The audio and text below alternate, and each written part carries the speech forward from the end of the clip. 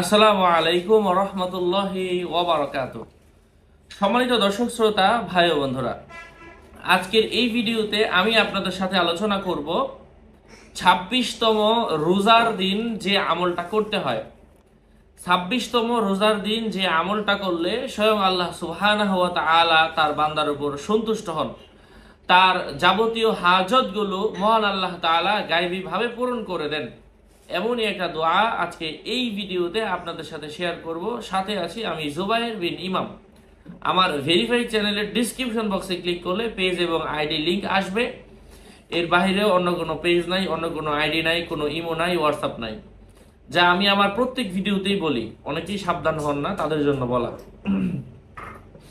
২৬তম রোজার দিন এই আমলটা অনেক গুরুত্বপূর্ণ, আল্লাহ তাআলার কাছে অনেক পছন্দনীয়। দোয়াটা কি, আমরা কিভাবে করব? ২৬তম রোজার দিন বিসমিল্লাহির রহমানির রহিম, এটাই হচ্ছে দোয়া। এটা আমরা সবাই জানি, কিন্তু বিশেষ একটা নিয়ম রয়েছে, সেই নিয়মটা জানি না। আপনি বিসমিল্লাহির রহমানির রহিম ১০০০ বার পাঠ করবেন।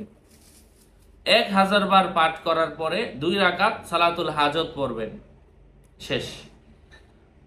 সালাতুল হাজত পড়ে আবার আপনি এক জায়গার মধ্যে বসে ১০০০ বার বিসমিল্লাহির রহমানির রহিম পাঠ করবেন। তারপর আবার ২ রাকাত নামাজ পড়বেন সালাতুল হাজত।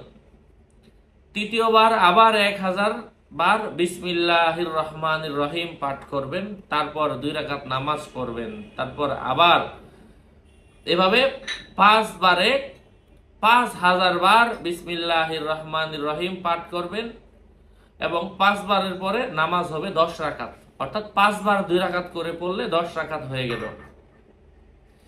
আল্লাহ তাআলার অশেষ রহমে কেউ যদি এই নিয়মটা মেনটেন করে, যখন ১০ রাকাত হয়ে যাবে, আপনি আল্লাহ তাআলার কাছে পাঠ মোনাজাত করে আল্লাহ তাআলার কাছে যে উদ্দেশ্য নিয়ে চাইবেন, আল্লাহ তাআলা আপনার সেই উদ্দেশ্য পূরণ করে দিবেন ইনশাআল্লাহ।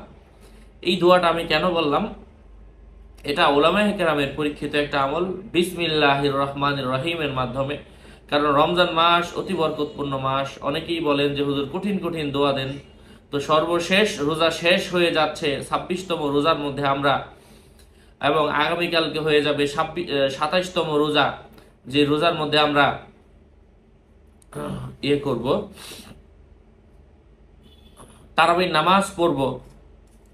তো তারাবির নামাজ মানে সবে কদর, লাইলাতুল কদর আসবে। তো ওই কদরের মধ্যে অনেক গুরুত্বপূর্ণ আমল রয়েছে, সেই ভিডিও নিয়েও আমি আলোচনা করব ইনশাআল্লাহ। আপনারা সেই আমলগুলা করেন, আমি দোয়া করি আল্লাহ তাআলা আমাদেরকে এই আমলগুলা করার তৌফিক দান করেন। আরো আপডেট পেতে আমার সাথেই থাকবেন। এবং ২৭তম রোজার দিন বিশেষ কিছু আমল আসছে। সর্বশেষ যারা একেবারেই না পারে তাদের জন্য কিন্তু ২৬তম রোজার আমলটা অনেক জরুরি, অনেক গুরুত্বপূর্ণ। যারা মার্কেটের ব্যবসায়ী, যারা দোকানের ব্যবসায়ী, তাদের কি কোনো ধ্যান ধারণা, কোনো কিছু মনে রাখা ছাড়া যারা ভিডিওটা দেখেন, জাস্ট এটা পড়তে থাকেন। যারা পুরো রমজান আমল করতে পারেননি, কম পক্ষে আল্লাহ তাআলার কাছে এই আমলটা করে গুনাহগুলো মাফ চাওয়ায় নেন, নিজের প্রয়োজনগুলো পূরণ করে নেন। আসসালামু আলাইকুম ওয়া রাহমাতুল্লাহি ওয়া বারাকাতুহু।